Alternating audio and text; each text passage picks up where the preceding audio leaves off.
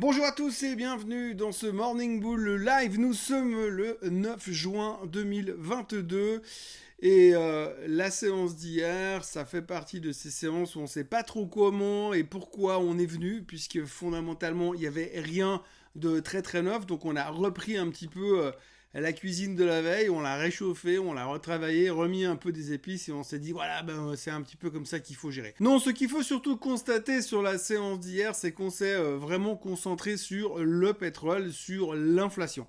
Hein, c'est vraiment un peu le truc réchauffé qu'on se reprend là et on se dit bon bah ouais, finalement il n'y a pas grand chose à dire, alors qu'est-ce qu'on pourrait dire de mal ou de bien au niveau du marché. Et puis on a regardé le pétrole et on s'est dit oh, mon Dieu, le WTI est à 122, le Brent est à 124, il se passe quelque chose et ça pourrait être mauvais pour l'inflation.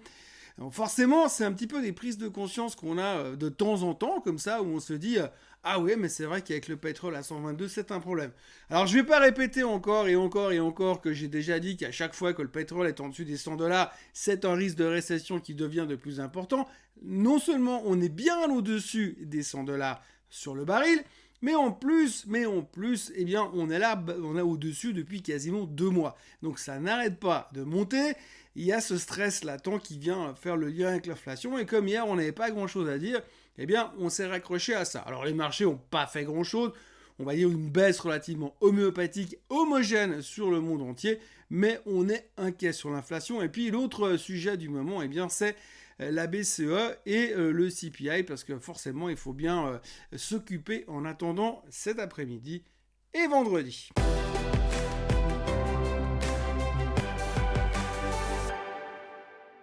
Donc une fois que nous eûmes pris conscience du fait qu'un baril à 122 $, c'était problématique pour l'inflation, que c'était une surprise pour certains visiblement, une fois que nous sommes allés faire le plein à la station-service et puis qu'on s'est rendu compte qu'entre l'année dernière et aujourd'hui, eh bien ça avait pratiquement doublé le prix du plein.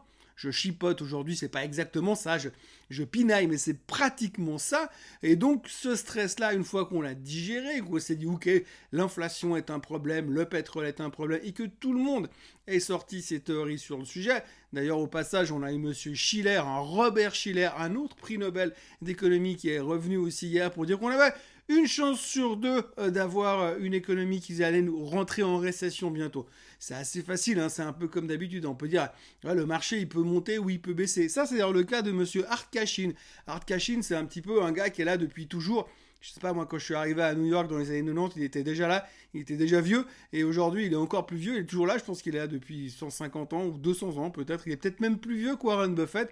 Et monsieur Art Cashin est venu nous dire hier qu'aujourd'hui, là où se trouve le S&P 500, là, sur le chart, eh bien, il se pourrait qu'on ait un mouvement violent à la hausse ou à la baisse. Voilà, donc c'est un peu comme d'habitude, hein. On est content de savoir que le marché il peut monter ou le marché il peut baisser, mais en tous les cas il va aller quelque part. Alors de nouveau, encore une fois, la bonne nouvelle c'est qu'il ne peut pas aller à droite et qu'il ne peut pas aller à gauche. Ça limite quand même une partie des déplacements, mais ce qu'il faut retenir c'est que voilà, on est dans une période de tension économique qui pourrait déclencher, qui sait, un rallye d'été ou alors un crash d'été également. Donc on ne sait pas, mais il faudra surveiller ça attentivement. Et puis, une des choses qui pourrait nous mener à la compréhension de la suite des événements, eh bien, c'est probablement la BCE ou le CPI. Alors la BCE, c'est cet après-midi à 13h45, Madame Lagarde va intervenir, va venir nous parler de sa décision sur les taux. Alors apparemment, les taux devraient rester inchangés du côté de la BCE, ça serait vraiment une surprise qu'il se passe autre chose. Mais dans son discours, on va aller juste, décortiquer tout ça, trouver le moindre indice qui va nous donner le bon chemin, la bonne direction, l'information idéale sur ce qu'elle va faire au mois de juillet. Ce qu'il faut bien comprendre aujourd'hui, c'est que l'inflation en Europe, elle est là, puisqu'on est à plus de 8% un peu partout en Europe. Exception faite de la France, mais la France est un cas particulier, la France est toujours un cas particulier. Et puis pour le reste, eh bien, globalement, on sait que l'inflation est très très haute en Europe. Donc maintenant, ce qu'il faut savoir, c'est que la BCE va devoir intervenir. On sait qu'au mois de juillet, elle va monter les taux. Madame Lagarde a déjà annoncé qu'elle monterait les taux. La grande question que l'on se pose, c'est pas de savoir si elle va les monter, mais de combien elle va les monter. Et c'est vrai qu'aujourd'hui, quand on lit un petit peu les articles des experts en finance, des économistes mondiaux, eh bien, tout le monde se demande si finalement la BCE va pas devoir nous faire un truc assez massif pour rentrer dans le jeu. Les Américains sont déjà en train de monter les taux depuis plusieurs mois. On voit qu'ils y vont petit à petit, mais ils sont en train de monter en puissance. Et l'Europe n'a encore rien fait, alors que vous avez déjà l'inflation qui est verticale. Il va falloir rapidement lui casser les deux chevilles pour qu'elle redescende un petit peu de quelques pourcents, afin que ça se calme un petit peu. Donc la crainte du moment et l'interrogation qu'on a surtout, c'est qu'est-ce que Mme Lagarde va nous laisser entendre, va nous laisser supposer, supputer par rapport à ses décisions du mois de juillet. On verra ce qu'elle va raconter tout à l'heure. A priori, donc, pas de changement au niveau des taux en Europe cet après-midi. Mais par contre, plein de petits indices pour que le petit Pousset trouve son chemin en direction des détails de la hausse des taux du mois de juillet. La deuxième chose, c'est monsieur le CPI. Alors là, j'anticipe un tout petit peu parce que le CPI ne sera pas cet après-midi, ce sera demain après-midi. Donc on a encore le temps de se voir une fois demain matin pour un autre Morning Bull Live pour reparler du CPI. Ça me fera déjà un sujet à aborder. Et donc le CPI sera publié demain après-midi. On attend à peu près la même chose que le mois dernier. On attend surtout une stagnation. Ce qu'on aimerait bien voir, c'est un CPI qui ne bouge pas. Ce serait déjà bien qu'on ait une inflation qui arrête de monter, qui arrête d'accélérer. Alors la grande question qu'on va se poser, c'est quid de l'effet pétrole et qu'est-ce qui va être répercuté par rapport à ça? On le verra donc demain, mais c'est aussi l'angoisse qui nous étreint en ce moment en se disant si ça continue, on est vraiment mal barré et que va faire la Fed? Vont-ils accélérer encore cette hausse des taux? Je rappelle quand même au hasard que la semaine prochaine, mardi prochain, il y aura le meeting du FOMC meeting de la Fed. Et donc là, ils vont nous annoncer encore une hausse de 0,5 normalement. Mais si le CPI est trop fort, eh bien je pense quand même qu'on va commencer à spéculer déjà qu'ils vont nous monter de 0,75 en pensant que ces 0,25 de plus pourraient bien sûr tout changer. Alors on est vraiment dans une période assez particulière et c'est vraiment ce genre de journée où il n'y a pas grand chose à dire et où les chroniqueurs boursiers et les mecs qui font des vidéos sur la finance sur YouTube essayent de meubler le plus longtemps pour essayer de tenir les 10-12 minutes habituelles et que c'est très très compliqué. Donc effectivement, on parle de l'inflation, on parle de la BCE, on parle du CPI, le marché ne fait pas grand chose, est plus ou moins au milieu de nulle part et on sent qu'il pourrait y avoir une accélération. Les économistes sont tous hyper prudents. On a vu encore par exemple l'intervention de monsieur Ray Dalio qui a donné une interview hier qui disait que lui, on l'a déjà entendu plusieurs fois, il n'aime pas les marchés en général, il n'y a rien qui lui plaît.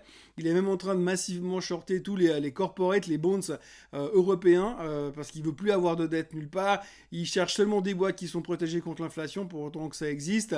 Et puis il est vraiment très très prudent pour l'avenir. Et puis surtout, il pense que vers 2024, autour de l'élection présidentielle dans 2 ans, il pense qu'à ce moment-là, l'économie sera dans un tel état de décrépitude, de stagflation, même il le dit, que la Fed n'aura plus le choix que de baisser massivement les taux pour essayer de sauver le soldat économie américaine parce qu'il sera tellement compliqué, ce sera tellement pourri que ça va être très très moche. Alors c'est vrai qu'aujourd'hui, quand on lit un petit peu la presse financière, on sent cette espèce d'angoisse massive.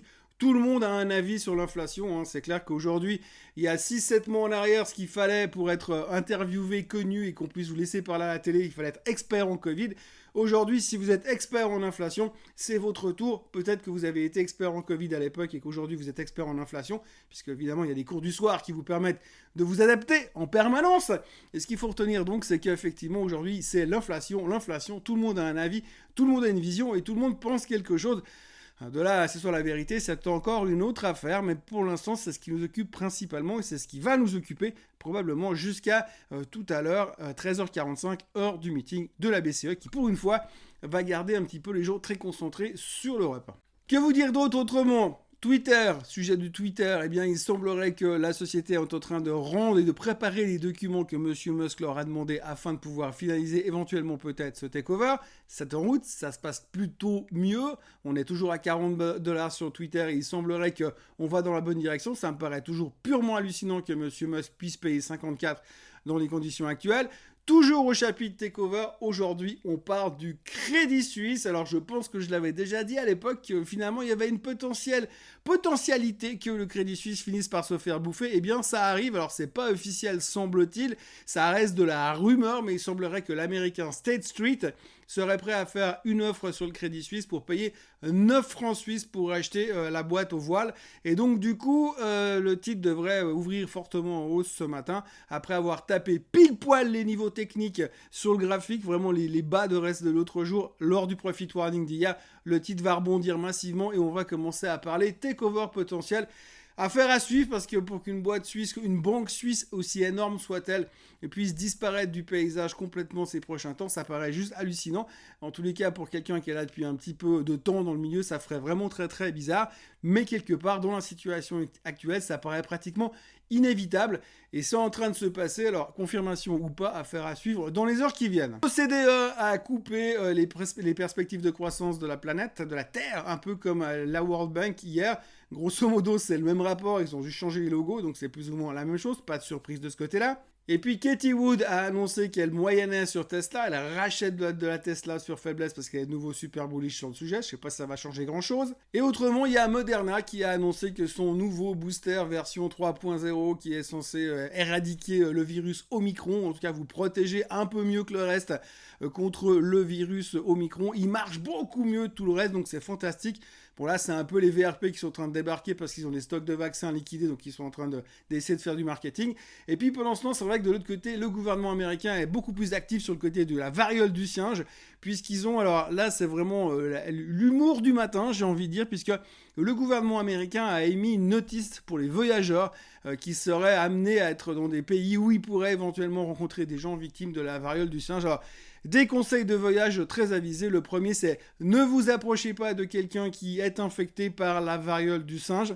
Et la deuxième chose, c'est si vous voyez quelqu'un avec le corps couvert de boutons purulents, évitez de le toucher. Au cas où vous aviez un doute et puis vous aviez vraiment envie d'aller toucher quelqu'un qui a le corps couvert de boutons purulents, eh bien, le gouvernement américain, dans sa grande mansuétude, vous encourage à ne pas le faire. Merci à eux. Donc voilà, aujourd'hui, BCE à 13h45, comme ça on pourra parler hausse des taux, inflation et peur de cette inflation et maîtrise ou non maîtrise de cette inflation. On a pu encore lire et relire des déclarations de Mme Yellen qui disait qu'elle s'était clairement gourée, elle et M. Powell, à la fin de l'année dernière en pensant que l'inflation serait transitoire, mais que là c'est bon, là ils avaient une vraiment très très bonne vision sur la suite des événements, donc soyez sereins. La Fed et le Trésor américain veillent sur vous un peu à l'image qu'ils le font pour la variole du singe. Voilà, moi je vous encourage à vous abonner à la chaîne Suisse Côte Suisse pour continuer à vivre intégralement la passion des marchés boursiers et ces trucs formidables qui se passent en ce moment dans la finance mondiale. Moi, je vous retrouve de toute façon demain matin pour le Morning Bull Live, pour le Swiss Bliss. Et d'ici là, je vous souhaite une excellente journée. Et n'oubliez pas de vendre vos calls Crédit Suisse si jamais ça ouvre à 9 francs ce matin. Très bonne journée à tous et à demain. Bye bye.